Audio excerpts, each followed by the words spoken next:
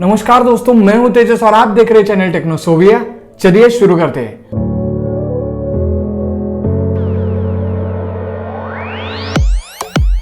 तो दोस्तों, इस वीडियो में हम बात करने वाले हैं कि आपको 5G फोन अभी लेना चाहिए या नहीं।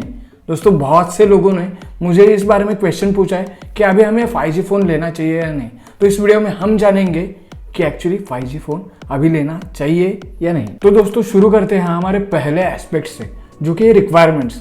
जब भी हम फ़ोन या कोई गैजेट बाय करने की सोचते हैं तब हम रिक्वायरमेंट्स निकालते हैं कि हमको उस गैजेट में क्या क्या चाहिए, हमारी रिक्वायरमेंट्स क्या क्या है।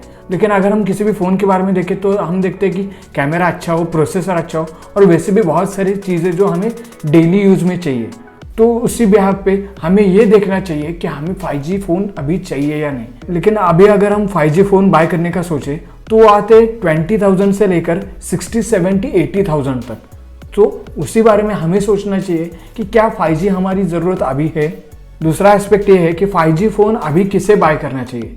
मेरे हिसाब से जो भी क्रिएटर है या फिर जिनका यूज़ ज़्यादा है या फिर जो ये चाहते हैं कि अभी एक 5G फ़ोन लेके उससे 3 से 4 साल कम से कम यूज़ किया जाए। क्योंकि अगर हम 5G के बारे में सोचें तो 5G इंडिया में दिसंबर 2021 तक आ सकता है या फिर उससे भी लेट हो सकता है। ये पूरा गवर्नमेंट के ऊपर डिपेंड है कि 5G कब आएगा।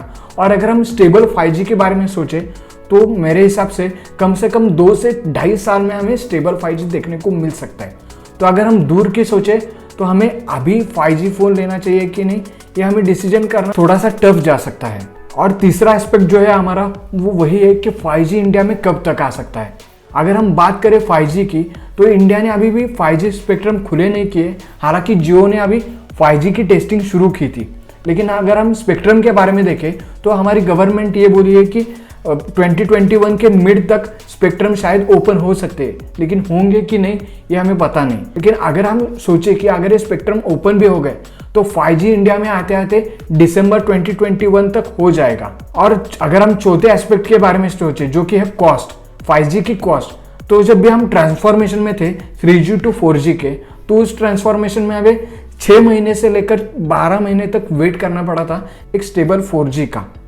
तो इसी हिसाब से अगर इंडिया में दिसंबर 2021 में 5G आ भी गया तो वो हमें यूज़ प्रॉपरली करने में कम से कम 6 महीने से 12 महीने लग सकते हैं। और अगर हम उसकी कॉस्टिंग निकालें तो हमें 1000 रुपीज़ का मिनिमम प्लान उसमें मिल सकता है। तो हम वो 1000 रुपये का प्लान अफोर्ड कर सकते हैं या नहीं ये हमें सोचना पड़ेगा। तो उसी हिसाब से अगर मिनिमम प्लान हमारा 1000 रुपीज़ का हो और मैक्सिमम जब भी आगे बढ़ता जाए तो उतना अगर हम अफोर्ड नहीं कर सकते तो हमें ये देखना चाहिए कि जब 5G लॉन्च हो और 5G का प्रॉपर स्टेबलाइजेशन हो तब हमारे हिसाब से प्लान में थोड़े फार चेंजेस हो के हमें वो 800 रुपये या 600 रुपये तक मिल सकते हैं। तो मेरे हिसाब से हमें अगर 5G फ़ोन बाय करना है या फिर फ़ोन में 5G यूज़ करना है तो कम से कम 2 से 2.5 साल हमें रुकना चाहिए 5G यूज़ करने के लिए। और अगर हम फ़ोन बाय करने की सोचे भी और हमें 5G मोबाइल चीपर रेट में चाहिए तो हमें कम से कम अभी 6 से 12 महीने लग सकते हैं।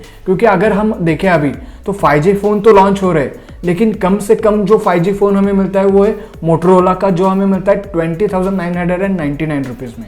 अगर हम 6 से 12 महीने तक और रुके तो इस फ़ोन की कीमतें और भी कम हो सकती है या फिर जो आने वाले मॉडल्स है वो कम रेट में हमें मिल सकता। मतलब अगर 10 to 15,000 में अगर आपको एक 5G फ़ोन मिल सकता है अगर आप 6 महीने रुके तो मेरे हिसाब से आपको रुकना चाहिए कम से कम 6 महीने से 1 साल तक। और हमारी सेकंड लास्ट थिंग जो सबसे इंपॉर्टेंट है कि 5G आपके सिटी में कब आएगा।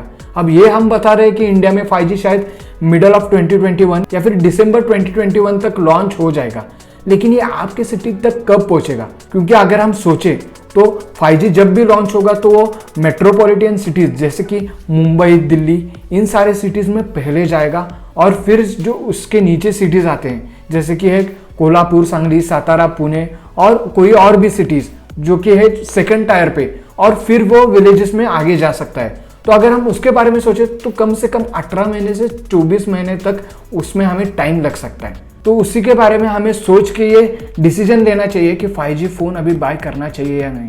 और सबसे इम्पोर्टेंट चीज़ जो मुझे आपको बतानी थी, हम कई बार ऐसे करते हैं कि हम एक फ़ोन लेते हैं और वो 1-1.5 साल या फिर 2 साल यूज़ करके उसे चेंज कर देते हैं। मतलब हम नया फ़ोन लेते हैं 1-2 साल यूज़ करके, लेकिन अगर हम अभी एक कॉस्टली 5G फ़ोन लेंगे और ये 1.5-2 साल में हम उसे बेच देंगे तो फिर हम 5G का कोई भी यूज़ नहीं कर सकेंगे।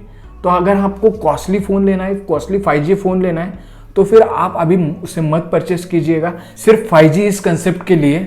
अगर आपको लेना है अदर एस्पेक्ट से, मतलब आपके रिक्वायरमेंट्स हो जो कि कैमरा की तरफ से या फिर प्रोसेसिंग की तरफ से आपको चाहिए, तो आप ले सकते हैं। सिर्फ 5G के लिए आपको एक नया कॉस्टली फ़ोन लेने की कोई भी ज़रूरत नहीं है। तो दोस्तों, इस जानकारी से अभी हम ये कंक्लूजन पे आते हैं कि अगर आप एक नया 5G फ़ोन लेने वाले हो लेकिन आप उसे 4 से 5 साल तक यूज़ करने वाले हो, तभी आप उसे बाय कीजिएगा, वरना आप रुक सकते हैं 6 से 12 महीने तक। उसके बाद आपको एक बजट में अच्छा 5G फ़ोन मिल सकता है और आप 5G फ़ोन अच्छी तरीके से 5G के साथ यूज़ कर सकते हो। तो दोस्तों, बस वीडियो में इतना ही। अगर आपको ये वीडियो अच्छा लगा है, इन्फॉर्मेटिव लगा है, तो इस वीडियो को लाइक कीजिए, शेयर कीजिए और हाँ, चैनल को सब्सक्राइब करना मत भूलिए।